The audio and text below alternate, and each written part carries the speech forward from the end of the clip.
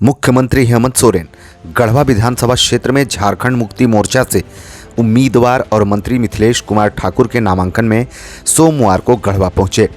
गढ़वा पहुंचते ही मुख्यमंत्री ने कहा, गढ़देवी की पावन धरती गढ़वा विधानसभा से जुझारू नेता और झारखंड मुक्ति मोर्चा उम्मीदवार मिथिलेश कुमार ठाकुर जी को सबसे पहले मेरी ओर से प्रचंड जीत की अग्रिम शुभकामनाएं और समस्त गढ़वा वासियों को मैं झारखंडी जोहार करता हूं। मुख्यमंत्री ने कहा कि इस बार चुनाव की घोषणा निश्चित समय से पहले हुई है। चुनाव आयोग ने अपने संवैधानिक ताकतों का उपयोग कर एक सरकार को उसका अपना कार्यकाल भी पूरा नहीं करने दिया है। उन्होंने कहा कि संवैधानिक संस्थाएं केंद्र सरकार की कठपुतली बनकर बीजेपी का काम कर रही है, वो किसी से छुपा नहीं है। मुख्यमंत्री ने कहा कि इसका जीता जागता उदाहरण आपके सामने मैं हूँ। कहा कि इन्होंने 2 साल तक बेवजह मुझे परेशान किया, ठीक से काम करने नहीं दिया। मैं अपने राज्यवासियों के लिए काम कर रहा था तो मुझे झूठे आरोप में फंसाकर जेल में डाल दिया। हेमंत सोरेन ने कहा कि इन्होंने हेमंत को साजिश के तहत जेल में डाल दिया, पर इन्हें पता नहीं है कि ये शिबू सोरेन का बेटा है। हेमंत सोरेन न झुका है न झुकेगा। झारखंड की उन्नति के लिए जो हमारा संकल्प है, जो सोच है, जब तक पूरा नहीं करेंगे कोई हमें रोक नहीं सकता है। मुख्यमंत्री ने कहा कि ईडी, सीबीआई भाजपा का एजेंट बन गया है। उन्होंने कहा कि इस चुनाव में झारखंड के पिछड़ा, अगड़ा, दलित, आदिवासी की जमात और एक तरफ पूंजीपतियों की जमात है।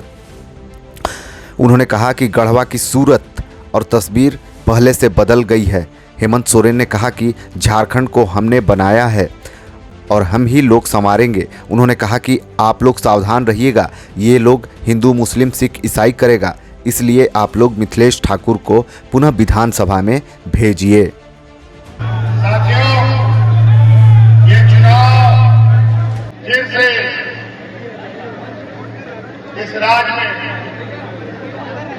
घोषणा हो गई है, लेकिन ये चुनाव अपने निश्चित सीमा से पहले चुनाव का घोषणा हुआ है। ये झारखंड के इतिहास में पहली बार हमारे सरकार को आदि पूरा होने में और भी समय है, लेकिन चुनाव आयोग से अपने संवैधानिक ताकतों का इस तरीके से उपयोग कहीं न कहीं ये चिंता का विषय है कि किसी भी सरकार को अपने समय सीमा तक काम क्यों नहीं करने दिया जा रहा। आज जिस तरीके से संवैधानिक संस्थाएं केंद्र सरकार की कठपुतली बनकर भारतीय जनता पार्टी के विरोध आवाज उठाने वाले लोगों की आवाजों को कुचला जा रहा है, वो देश में किसी से छुपा नहीं और कोई अछूता भी नहीं। वो उसका जीता जाता उदाहरण आज आपके सामने ये हेमंत सोरेन खड़ा। आज ये लोगों ने 2 साल तक मुझे बेवजह, बेबुनियाद आरोप पर पहले तो सरकारी कामों में अड़चनें डाली और जब हम लगातार गरीब, युवा, यहाँ किसान, अल्पसंख्यक के प्रति काम कर रहे हैं, तो इन लोगों ने आखिरकार मुझे जेल भी डाल दिया। जो हमारी संवेदना है इस राज्य के लिए, जो हमारा संकल्प है, जब तक हम उसको पूरा नहीं करेंगे तब तक हमें कोई रोक नहीं सकता।